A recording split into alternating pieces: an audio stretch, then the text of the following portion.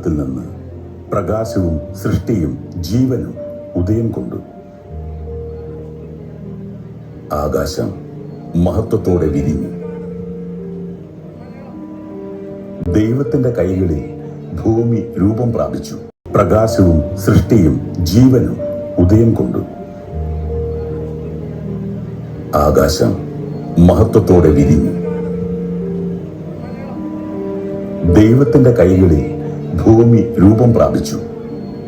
നക്ഷത്രങ്ങൾ മിന്നി, സമുദ്രങ്ങൾ ശ്വസിച്ചു, പർവ്വതങ്ങൾ ഉയർന്നു.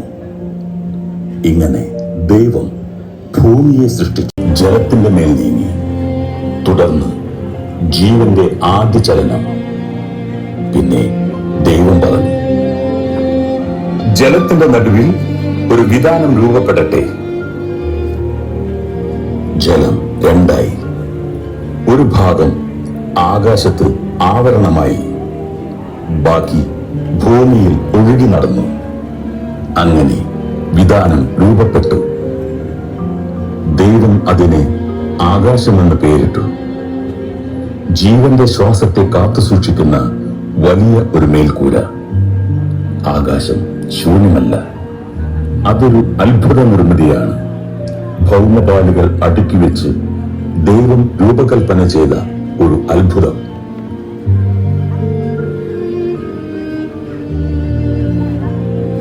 ഭൂമിക്ക് ആദിപാളിയായി ട്രോപ്പോസ്ഫിയർ, ജീവന് ഏറ്റവും ആവശ്യമായ ഭാഗം. 14 കിലോമീറ്റർ വരെ ഉയരമുള്ള ഒരു ഭാഗത്താണ് മേഘങ്ങൾ രൂപപ്പെടുന്നത്, കാറ്റുകൾ സഞ്ചരിക്കുന്നത്. ലോകത്തെല്ലാ ജീവകോശങ്ങൾക്കും ആവശ്യമുള്ള ശ്വാസം ഇതിൽ തന്നെയാണ് അടങ്ങിയിരിക്കുന്നത്. ഇവിടെ ശരാശരി 13 ഡിഗ്രി സെൽഷ്യസ് ആണ് താപനില. അതിനു മുകളിലെ പാളിയായ സ്ട്രാറ്റോസ്ഫിയറിൽ കടുത്ത തണുപ്പാണ്, ഏകദേശം -200 ഡിഗ്രി സെൽഷ്യസ്. 14 മുതൽ 50 കിലോമീറ്റർ വരെ ദൂരത്ത് ഭൂമിയെ സൂര്യന്റെ ദോഷകരമായ കിരണങ്ങളിൽ നിന്ന് ഭൂമിയിലെ ജീവജാലങ്ങളെ കാത്തുസൂക്ഷിക്കുന്ന ഓസോൺ പാളി ഇതിന്റെ താഴെത്തട്ടിൽ നിശബ്ദമായി നിലകൊള്ളുന്നു.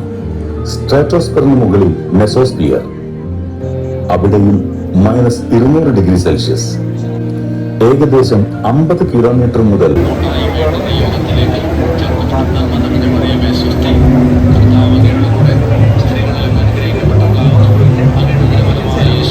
100 കിലോമീറ്റർ വരെ ദൂരത്ത് ഇവിടെ ഭൂമിയിലേക്ക് വന്നു പതിക്കാവുന്ന പല ചിഹ്നഗ്രഹങ്ങളും കത്തിച്ചു ചാമ്പലാക്കി ഉൽക്കകളായി ഭൂമിയിൽ പതിക്കുന്നു.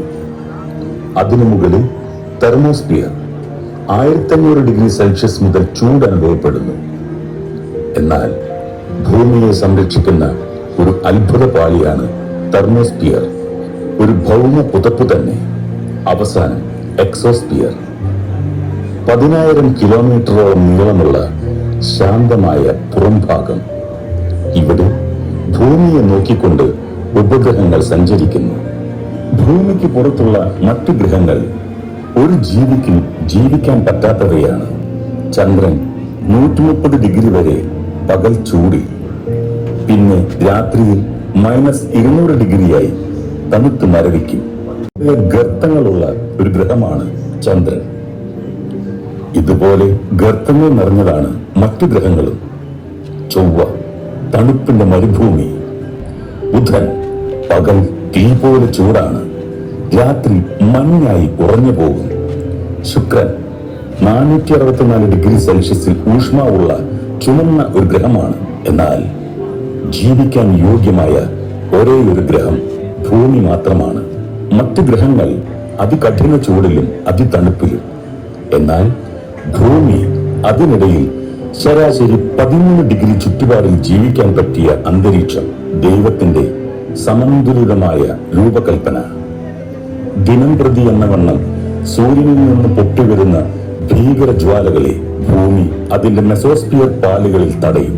മാത്രമല്ല, അവയുടെ കിരണം ഉത്തരാർദ്ധഗോളത്തിൽ അത്ഭുതമായ അറോറയായി നൃത്തം ചെയ്ത് ദൈവത്തിന്റെ സംരക്ഷണം നമ്മെ ഓർമ്മിപ്പിക്കുന്നു. ദൈവത്തിന്റെ സ്വന്തം വർണ്ണവിസ്മയത്തിന്റെ അത്ഭുത സംരക്ഷണ വിസ്മയം. ദൈവം 2 വലിയ പ്രകാശങ്ങളെ സൃഷ്ടിച്ചു. പകൽ നയിക്കാൻ സൂര്യനെ, രാത്രി നയിക്കാൻ ചന്ദ്രനെ. ഇവ ചേർന്ന് കാലവും ഋതുക്കളും ദിവസങ്ങളും നിശ്ചയിച്ചു. മനുഷ്യ ജീവിതത്തിലേക്ക് താളം കൊണ്ടുവന്നു. തുടർന്ന് ദൈവം ജലത്തോടും ഭൂമിയോടും ജീവജാലങ്ങളെ പുറപ്പെടുവിക്കുവാൻ കൽപ്പിച്ചു. അങ്ങനെ മത്സ്യങ്ങൾ, പക്ഷികൾ, മൃഗങ്ങൾ എല്ലാം ഉണ്ടായി. പിന്നെ മനുഷ്യനെ ദൈവം തന്റെ രൂപത്തിലും ഛായയിലും സൃഷ്ടിച്ചു. അവർ ആണും പെണ്ണുമായി സൃഷ്ടിക്കപ്പെട്ടു. അവർക്ക് ഒരു ലക്ഷ്യം, അധികാരം, ഭാവി എല്ലാം ദൈവം നൽകി. വളർന്ന് പെരുകി ഭൂമിയിൽ നിറയുക. അങ്ങനെ എല്ലാത്തിനുമേലും അധികാരം ദൈവം മനുഷ്യന് കൊടുത്തു. ഭൂമിയിലെ എല്ലാം സ്രോതസ്സിൽ തന്നെ സൗജന്യമായി കരുതി. മനുഷ്യൻ നിറഞ്ഞു പെരുകുവാൻ തക്കവണ്ണം സ്വർണം, മീൻ, വിത്ത്, ജലം, വായു എല്ലാം ഉറവിടത്തിൽ സൗജന്യമായി തന്നെ ദൈവം ഒരുക്കി വെച്ചു. എല്ലാ ദിവസവും വിശ്വാസം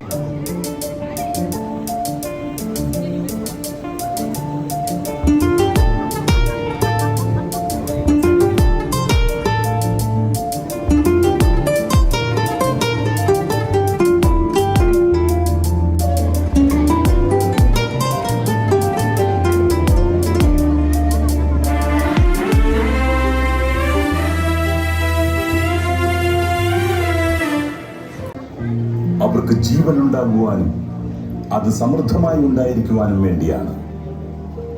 ഇത് കാണുന്ന നമ്മൾ ഒരേ ഒരു തീരുമാനം മാത്രം ഭാവിക്ക് വേണ്ടി എടുക്കുക. എന്നിലൂടെ ജീവന്റെ ഉറവുകൾ നിലയ്ക്കുകയില്ല.